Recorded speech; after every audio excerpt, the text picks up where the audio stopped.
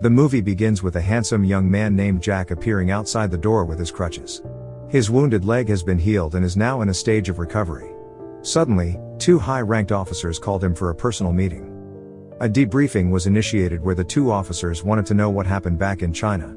They want to know every single detail, nothing more and nothing less. The two high-ranked officers remind Jack that President Roosevelt commends him and all of Lieutenant Colonel Jimmy Doolittle's raiders. With such praise for Captain Jack, he replies with gratitude for the recognition. Jack starts his narrative by introducing how they launched off their Hornet, the 16B-25, on the flat top, where they are 700 miles off the coast of Japan. Tumultuous and buzzy noises that were coming from the aircraft were making the troops shiver while preparing to land somewhere. Jack is a prominent pilot and head of the aircraft, and before they soar off the sky, he checks all of his crew. With that, he and his crew fly off in a smoky, dark, indigo sky. Later, a semi-foggy day is clutched when Jack and his crew take action as they splash multiple bombs in Tokyo. Such terrifying bombs sprinkle some parts of Japan. Meanwhile, an oriental forest flashes on the screen, where the scenery of morning dew and chirping birds can be heard. A young woman named Ying trails her hands in the bamboo trees, and with that, she goes home and calls her daughter, Nunu. She guides her daughter and walks with her to the school. When she gets home, she feeds her silkworms and creates a tapestry using silk. She created a bag and embroidered vibrant yellow flowers. She will sell it and exchange it for cash. After that, she fetches Nunu, and they walk together. While walking, they meet the town head, Kai, one of her husband's closest friends. Kai then talks about Ying's mother-in-law, telling him she refuses to move out and be with them. Her reasons spell that they are happy, and she can accompany her daughter with such independence and hard work.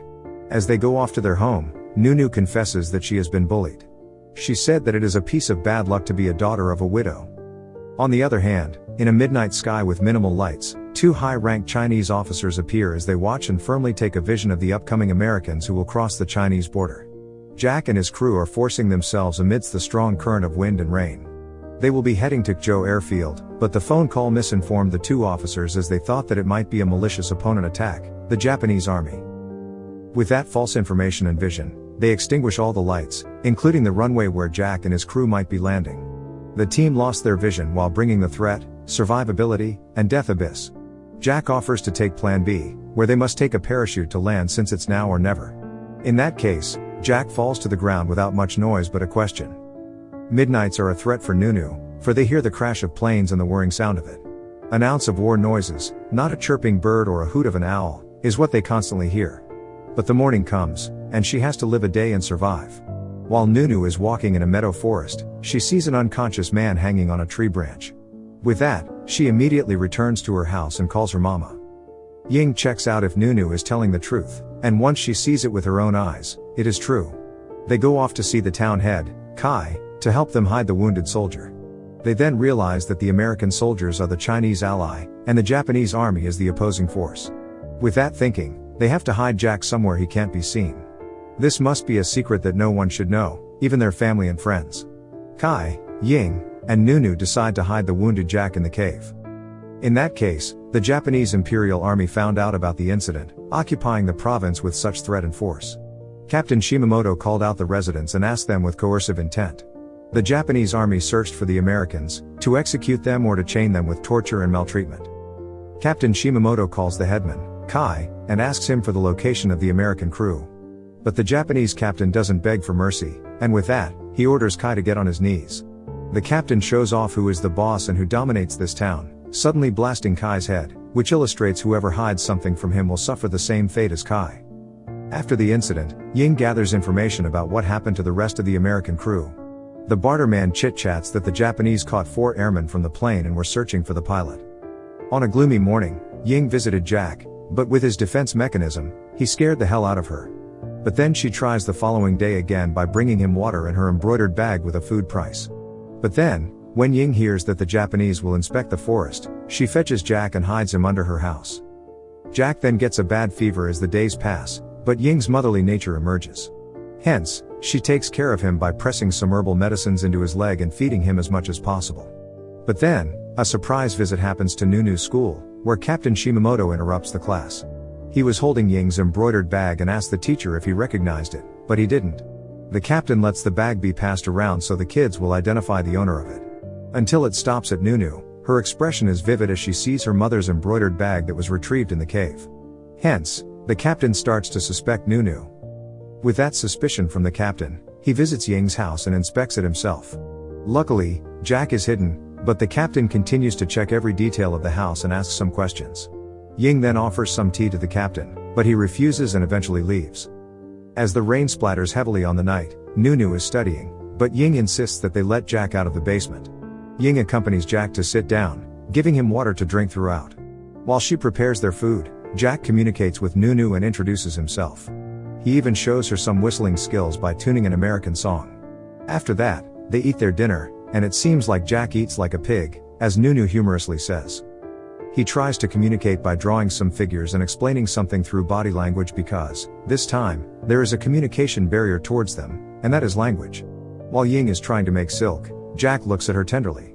There are times when Ying looks at him, too, like unconsciously staring at a shirtless Jack who is taking a short water dip in his lean body.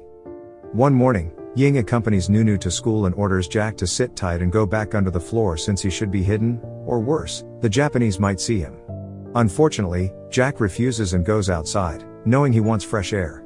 On the other hand, Nunu's teacher, Jun, approaches Ying. He tells what happens right at the school when the Japanese captain inspects them and accuses Ying that she is the owner of the silk bag. When Ying returns home, she sees Jack outside their house and fixing their roof. Ying flashes her angry emotions toward Jack because he shouldn't be outside, or they will all be killed. This encounter eventually leads to an argument. Later that day, Ying is preparing their food, but seeing this handsome young man suffering on his knees seems irritable. So she leaves and goes up to the forest to find some bamboo and create an improvised crutch for him. Meanwhile, Nunu and Jack start to get closer to one another as he teaches Nunu how to whistle an American song. Ying comes home with a 2-piece of bamboo logs. She crafted a clutch by tying the silk in between. The rain showers again at night, and a hot dinner is a perfect pair in cold hazy weather. The three of them eat their dinner and are happy, smiling, and feeling bliss amidst the danger. Sometimes, nights are safer and calmer than the morning. Jack spells out his gratefulness to Ying and Nunu for helping him that much. With that, a strong connection between Jack and Ying forms as they gaze into each other's eyes like a magnet with negative and positive energy.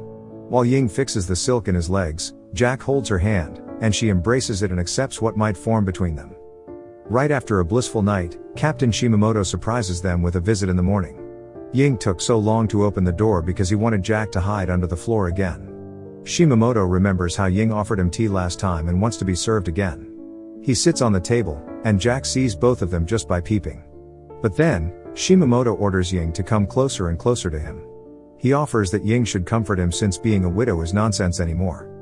Ying refuses, but Shimamoto keeps insisting and tells Ying to put off her top, but still, she refuses and cries.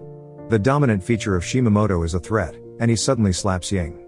He coercively lays her down and rips off her clothes. She can only cry while feeling Shimamoto's force of touch. Jack sees what is happening and tries to aim his gun through Shimamoto's head. He musters up his courage and shoots the Japanese captain, who is abusing Ying. Shimamoto falls off dead, and out of panic, they bury his vile body under the floor. Meanwhile, at Nunu's school, Jun hears her whistling a foreign song, so he insists they should go home and accompany her. He drags Nunu down to her house, and as they reach her home, Ying interferes with his intent to go inside. But then Jun refuses, and as he speaks English, Jack slowly comes outside while holding his gun. Jun wants to help him because he works with the guerrillas and says he can help him get out of there and go to Chungking. Jun insists that there's a boat behind the mountain and that the guerrillas will come for him and take him there. Jack let Jun know what they did to Shimamoto, and he was shocked. They should get out of their house as early as possible before finding out about Shimamoto's missing body. This is the only night that seems so furiously dangerous. Nunu searches for what is happening as the Japanese army makes noise. Ying and Jack kiss each other passionately as if it were their last kiss. When Nunu finds out that the Japanese are coming over to their house, the three immediately run as fast as they can. When they meet Jun and the guerrillas, they lead them off so they can get behind the mountain. The Japanese army locates them and heads for their trails. Finally seeing them, the enemy showers them with bullets. The exchange of fire leads to some of the guerrillas dying, but Jun sacrifices himself by holding the bomb as soon as one of the Japanese officers tries to kill him with a sword. Ying and Jack run as fast as they can, but when a member of the guerrilla spots them, Ying hands Jack to the soldier and runs first. Unknowingly, a Japanese sniper is hiding in the bush and aiming for his target. He then sees Ying running, and with that, He cocks his gun and aims to shoot her. A loud tumultuous bang ascends as the bullet passes through Ying's heart. Nunu witnesses what had happened to her mother, but she can only cry mercilessly. Jack goes to Ying's lifeless and wounded body, but a soldier picks him up since they have to leave. However, as the days pass, there are times that the destiny of Nunu and Jack is in a sphere of split fault tendency. Sometimes, people try to separate them, but Jack tries not to. He even wants to adopt Nunu, but Captain Jack Turner has more essential missions to face, and there is no such time to adopt a kid. The general insists that somebody else could focus more on Nunu. Finally, a Chinese couple is willing to adopt and provide what their mother wishes for. With that, Nunu bids her last farewell to Jack. The movie ends after 15 years, and Jack writes Nunu a letter and tucks in Ying's cut hair. He tells Nunu in words that her mother did not die in vain. Instead, she died for the Chinese people with pride and patriotism. Thank you for watching. Subscribe for more videos like this to help the channel out. Have a nice day.